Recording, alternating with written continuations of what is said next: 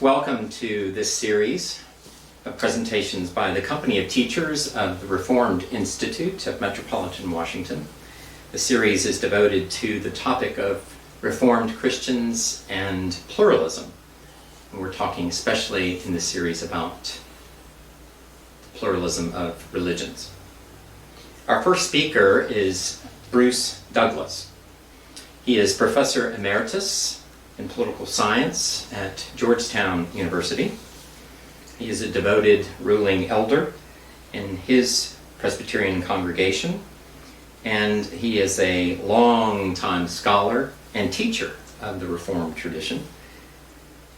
He is the former executive director of the Reformed Institute, and he's a favorite speaker in many of our churches. End. Our general topic in this series of video presentations is the Reformed Protestant response to religious pluralism as we confront it in our society today and more broadly the wider world. My particular angle on this today is going to be to focus on the encounter with people of other religious traditions that takes place in public life. In the public arena, in the civic square, if you will.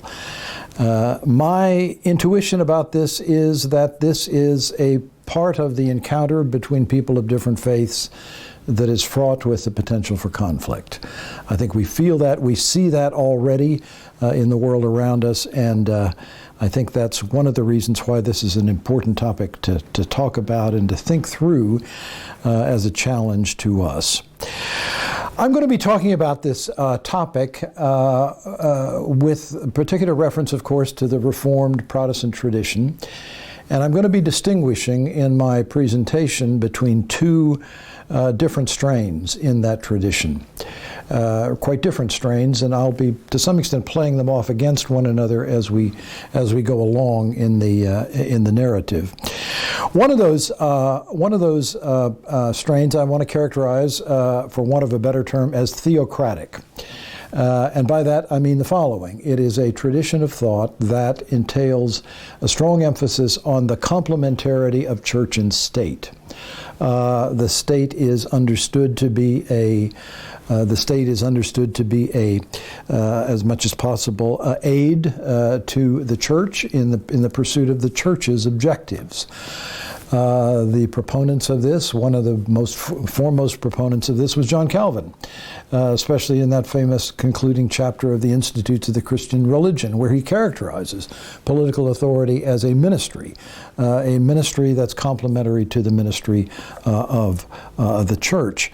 But a clear implication of that is that Christians should, as much as possible, seek political power, achieve political power, and use political power for the pursuit of righteous objectives. Indeed, as many early Reformed thinkers pursued it, to pursue as much as possible the ideal of a holy commonwealth, the use of civic power in order to bring about an environment that is conducive to righteous living. Another strain, which is equally important in the Reformed tradition, I'm going to characterize as democratic. And it comes from primarily a later period in the development of Reformed thought and practice.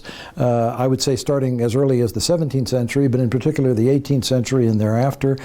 And that entails a very strong emphasis on the value of democratic institutions in the civic realm, especially constitutional democracy, and I'll talk a little bit more later about what that means, for the pursuit of the the goods that matter to Christians, especially justice, in the civic realm.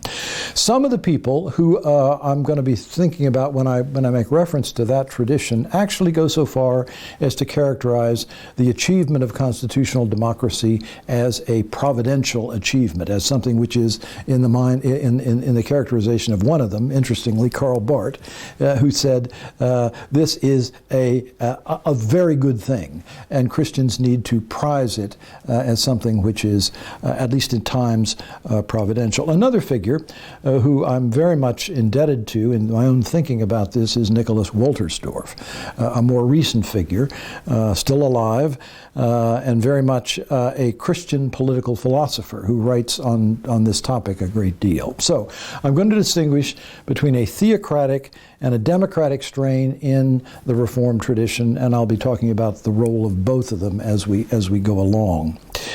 I'll be focusing almost exclusively in this presentation on the American scene. As I was preparing it, I was thinking about casting a wider net, and then I thought, no, I've only got a few minutes in which to talk. So I'm going to focus on the American scene, where there is plenty to talk about, I assure you. And by the way, it's a quite appropriate focus because of the very large role that the Reformed tradition played in the development of the American polity, the development of the American Republic. But I want to stress, I think, especially those of you who've traveled a lot, will quickly see the parallels between what I'm going to be talking about here and things that are going on in the wider world today, especially in Western Europe, where there are some rather dramatic, similar developments, dynamics at work. My presentation in this particular forum will focus on three things. It has three parts, like a good sermon. Three parts. I want to talk, first of all, briefly about the historical background to our current situation. I think in order to, if you believe, as I believe, that there's something distinctive about the times in which we are living, the obvious question is, how is it distinctive? And you can really only answer that by giving some background to the current situation. So I will talk about the historical background. Secondly, I will talk about briefly, very briefly, could easily be the subject of a longer presentation, our own current situation, what is characteristic of our own situation on this matter of religious pluralism and public life. And then finally, in the concluding section of my remarks, I will talk about the Reformed response to this new situation, this current situation, which I believe is terribly challenging. It offers a kind of formidable challenge to especially Protestants in this country, especially white Protestants in this country, for reasons I'll go into. And I'll talk about differences of opinion among Reformed Christians about how to respond to this, and at least hopefully give you some food for thought about that terribly important question of how to respond to this situation. First, the historical background. I think almost everybody, and I'm a political scientist by training, I think almost everybody who writes in any serious way, thinks in any serious way about the American Republic, is inclined to praise the achievement of the Founding Fathers with regard to the issue of religion and politics, at least the foundation they laid for the connection between the two. They did something which was, I think it's fair to characterize it as pioneering. In those famous claims made, woven into the fabric, not just of our polity, but of our whole way of life, of the First Amendment to the Constitution, the Bill of Rights, which give us those two great ideas, religious freedom and the separation of church and state. I hope you understand. Haven't got time to say much more about it today, but those are different ideas woven together into one statement.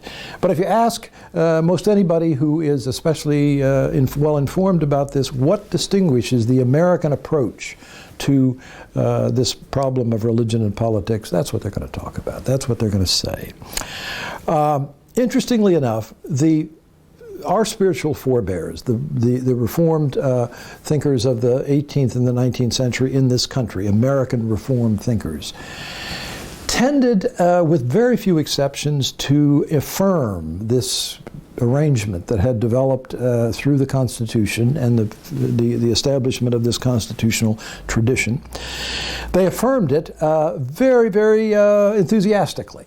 Embraced it. And by the way, one of the reasons they embraced it so enthusiastically is because their representatives, Congregationalists and Presbyterians, had played a big role in bringing it about. And they thought it was derived from sources that were very familiar to them, that they believed in and they supported. So they affirmed it, they believed in it, and thought it was a great thing. And by the way, that has been passed down broadly in American Protestantism. It's problematized today, I think, but for the longest time, if you'd ask American Protestants about whether or not this set of arrangements that were laid down in the Constitution were a good thing, they would say, of course. And part of the reason for that, sociologists of religion will tell you, is because it produced a flourishing of religion in this country, especially in the 19th century. It created a real dynamism in American religious life. So our spiritual forebears said, yes, this is a good thing. We like this. It's one of the most important, valuable things in our mind about the American experience. But. They also affirmed something else, which was, to put it mildly, in tension with it. And that is, they believed, said matter-of-factly, without any embarrassment, this is a Protestant nation, full stop.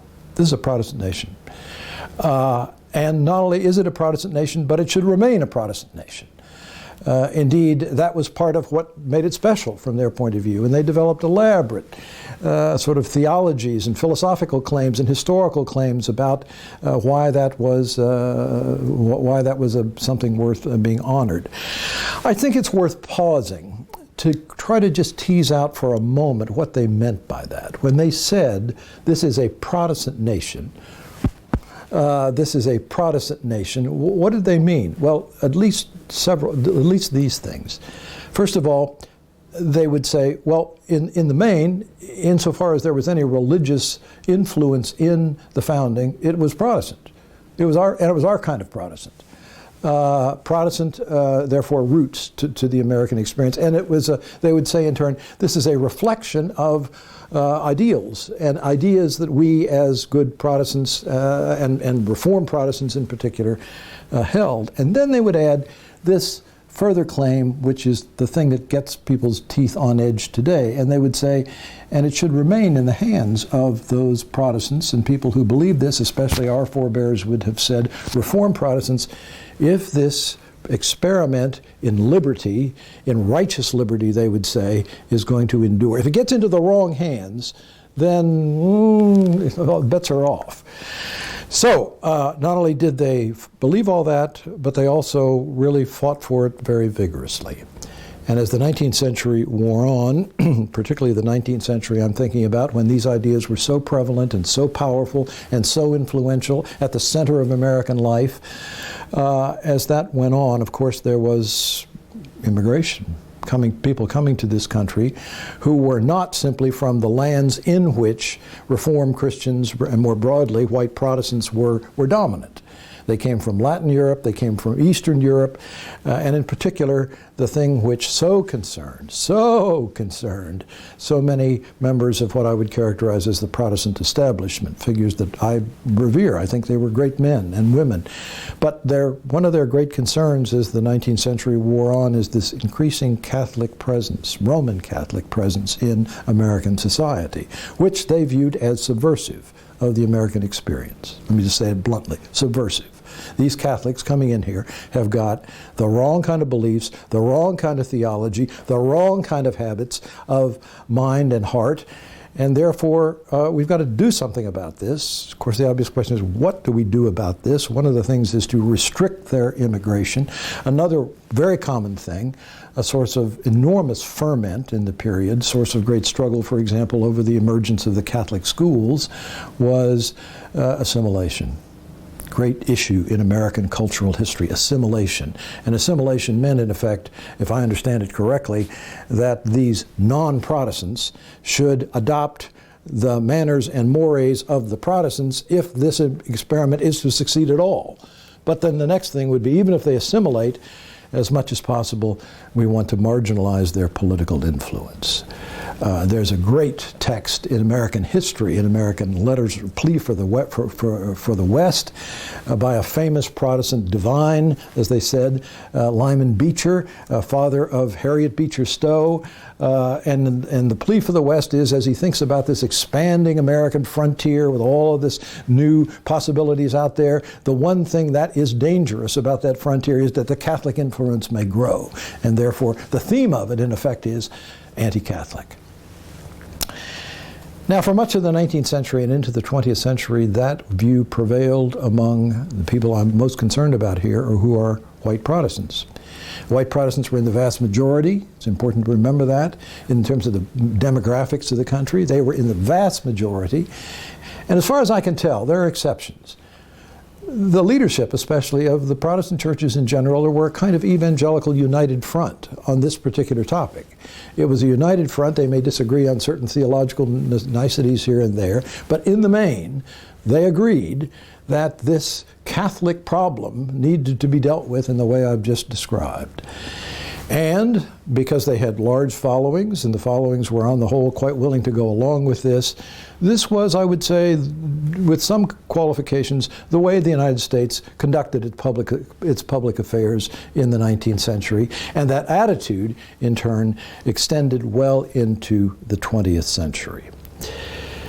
Now, I'm tempted, as I make the turn now towards our own situation, to talk a lot about the 20th century, and I'm going to resist that temptation, lest I go on for far too long. So let me just make a summary statement about what happens in the 20th century. The 20th century is distinguished in my mind from the 19th century by the following fact. This mindset that I've described, call it Protestant America, triumphalist Protestant America, is relatively successful in maintaining itself in the 19th century.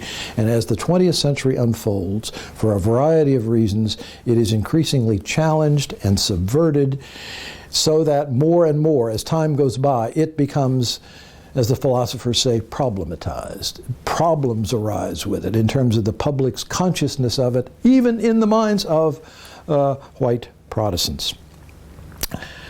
There are all kinds of things that could be thrown into this story, like the nomination of Al Smith as the first Roman Catholic nominee in 1928, or the defeat of Prohibition, a great Protestant cause which went down in flames eventually, and on and on. But rather than going through that complicated history, let me jump to what I think is the key turning point in this story, and that's in the 20th century the following happens.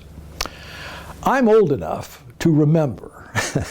I'm old enough. I say this because as the years went by when I was teaching undergraduates, I would be more and more aware that I would be talking about something which to them was ancient history.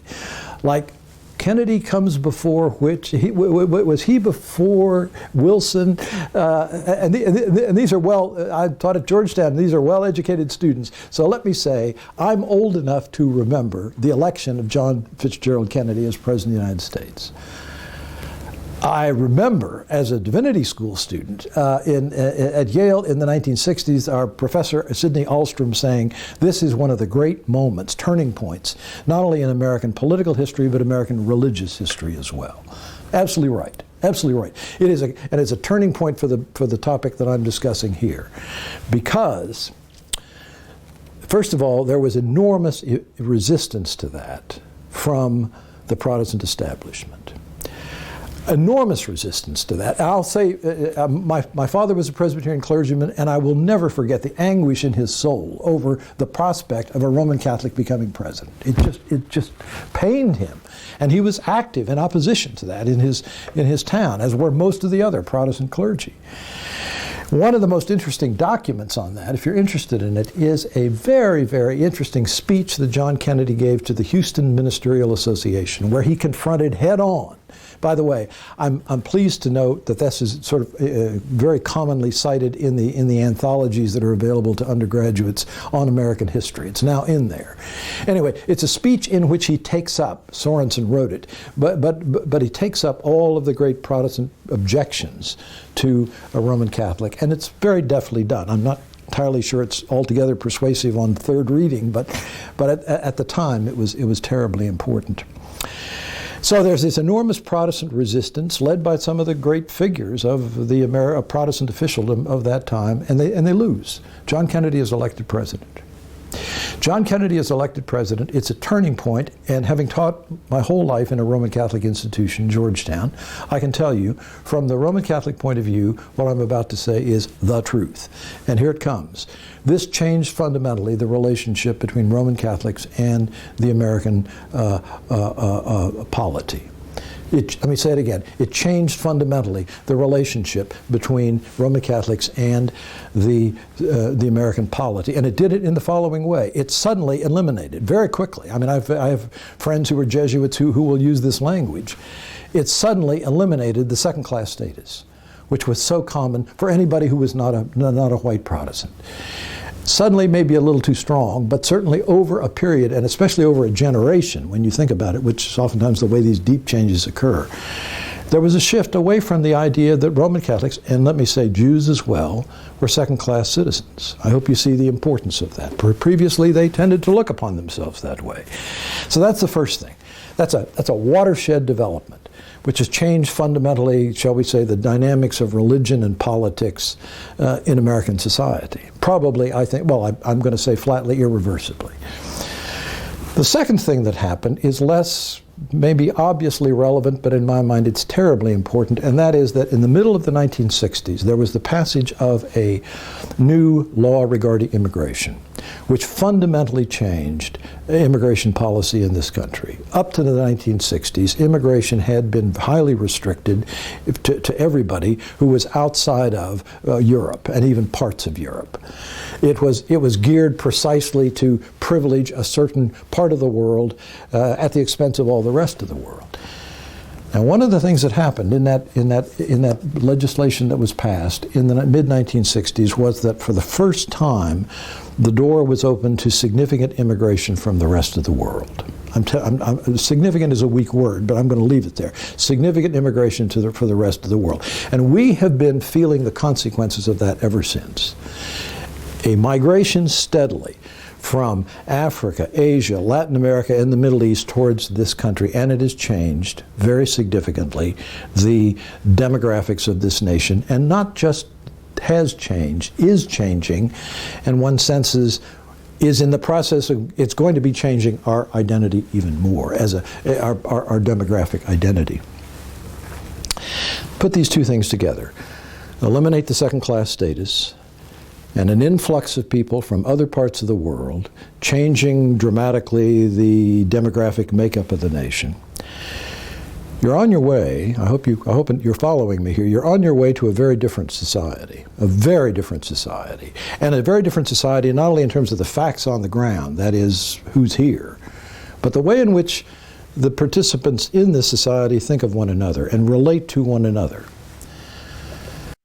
Now, there are various different kinds of images that have been used to capture this change, and I'm going to use one of them, although I'm not entirely content with it.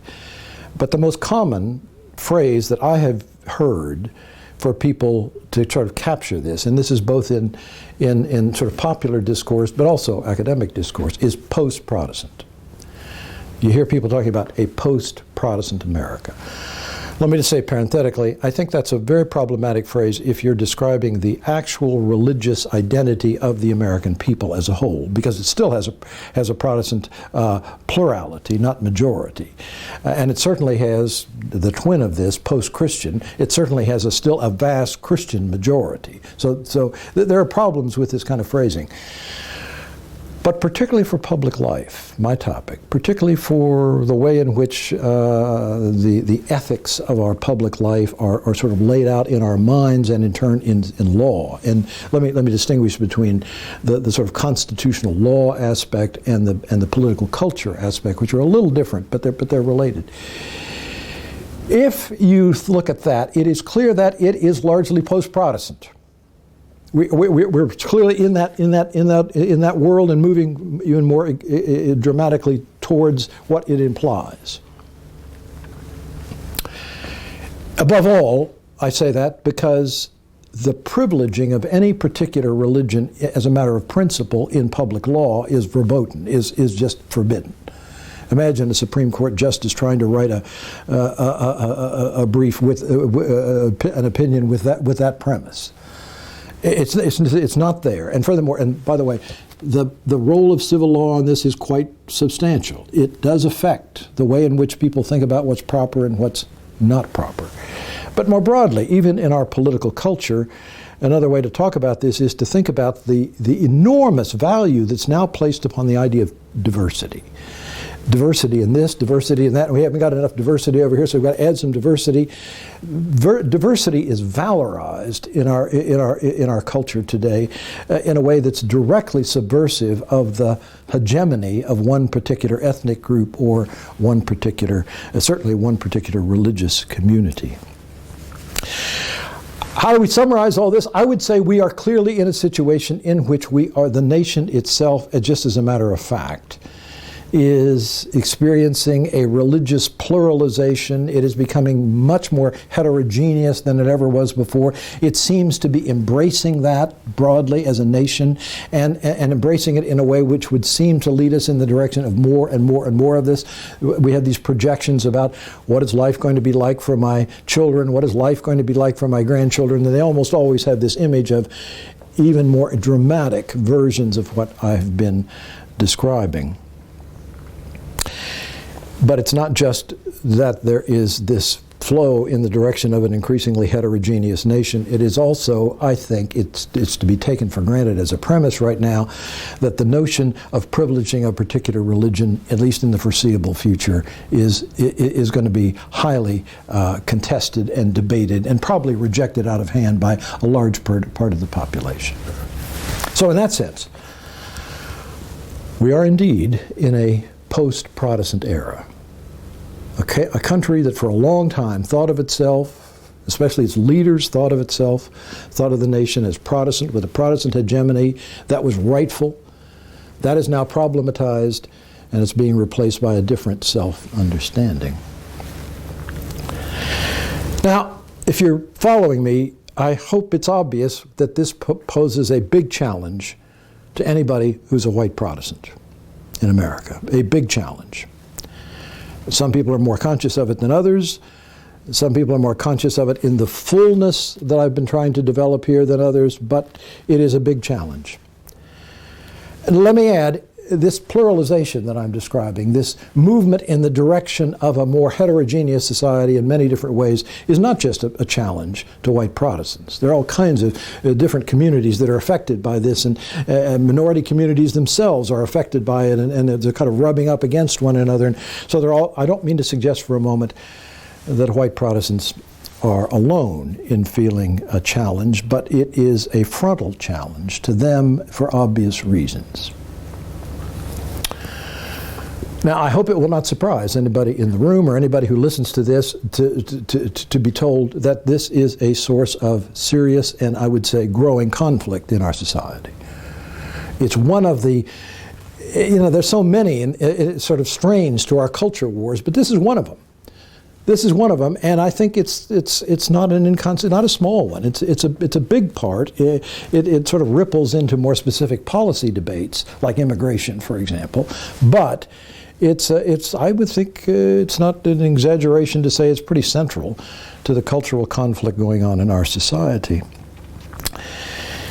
And it will not surprise you, I don't think, to hear me say that the big question that's posed to white Protestants in confronting this drift, this movement in a certain direction, the question is how to respond to it in two ways.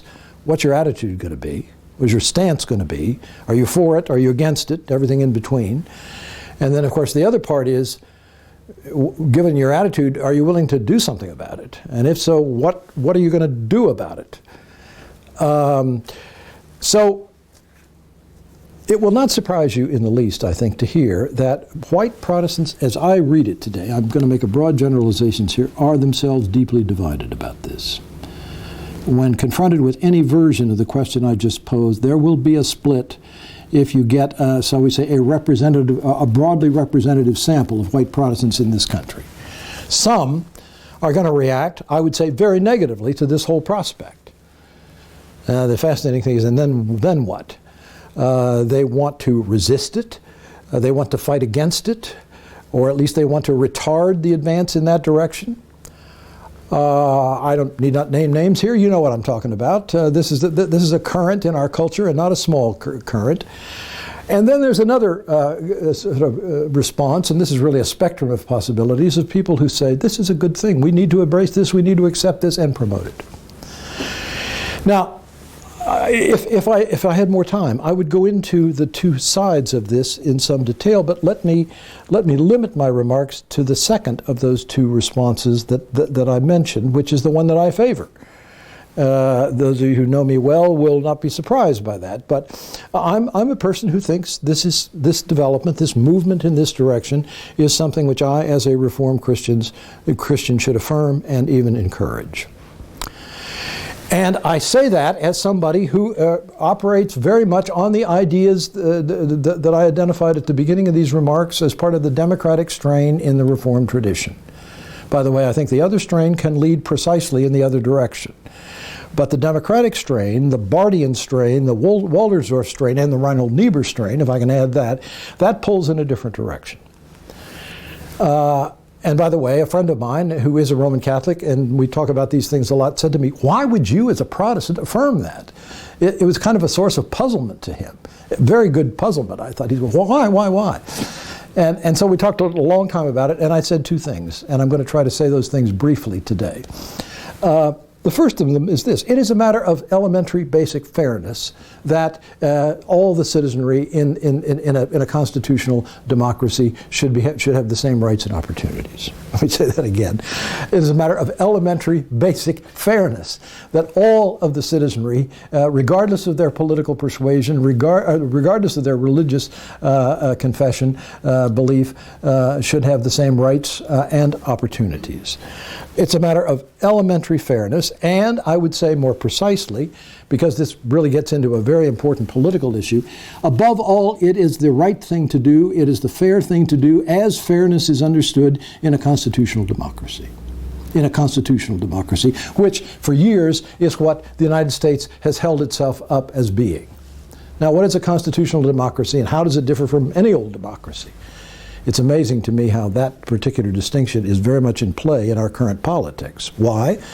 Because constitutional democracies, as a matter of principle, honor or claim they honor the rights and the rights of minorities.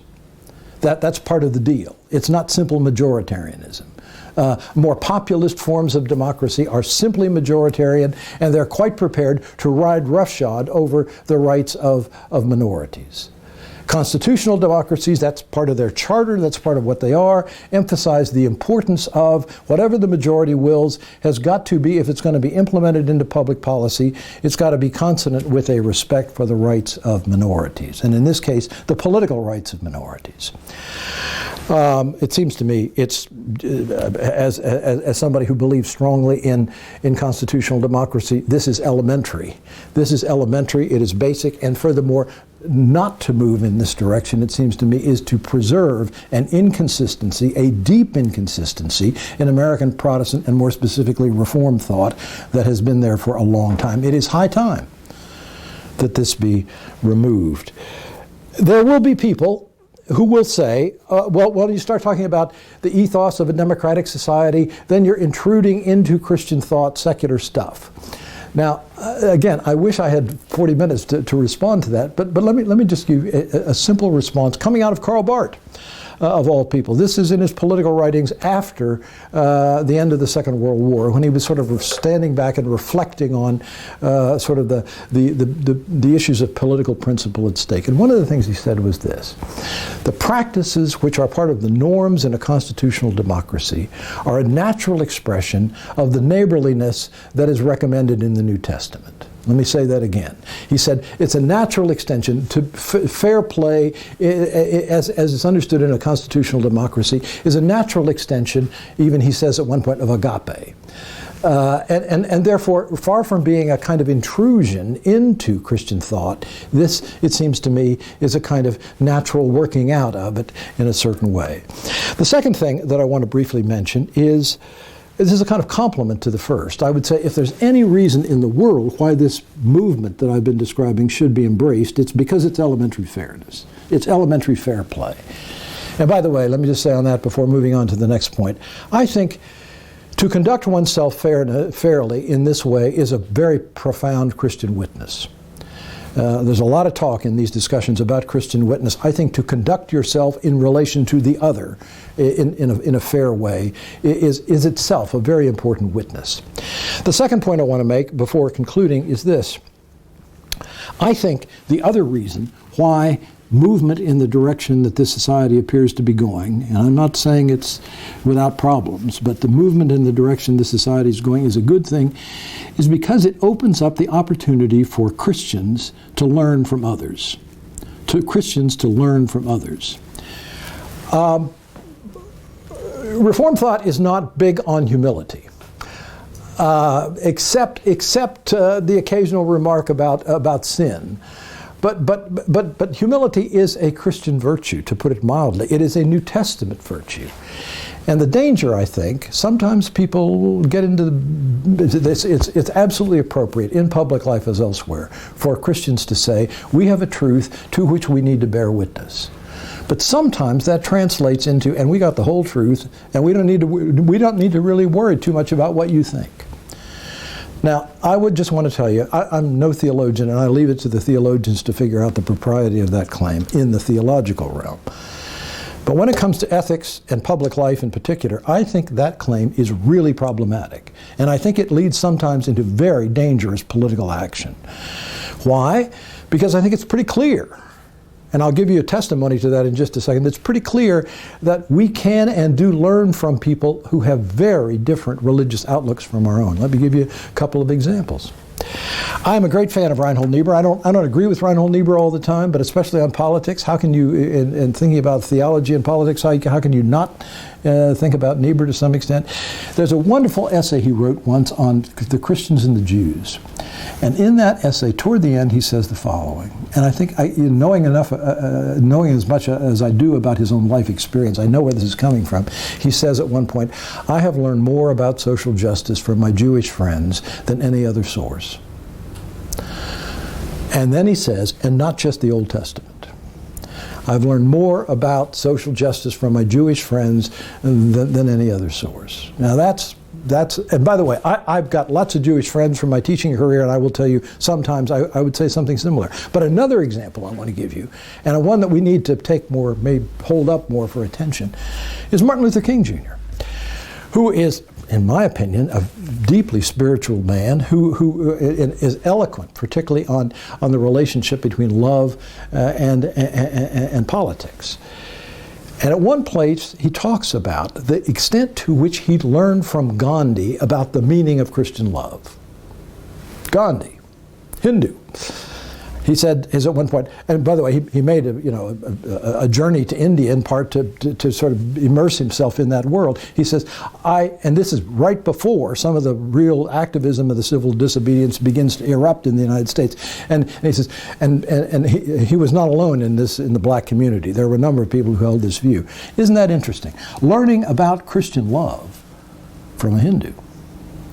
I don't think that's necessarily an uncommon experience. I think when people really do engage, those kinds of things happen. And of course, what flows out of that is not only learning, mutual learning, but mutual respect. I got maybe 1 minute to go. So the last minute is going to be about this. I'm a political scientist by training. That's my intellectual world. And I have to tell you something which is oftentimes ignored in these discussions.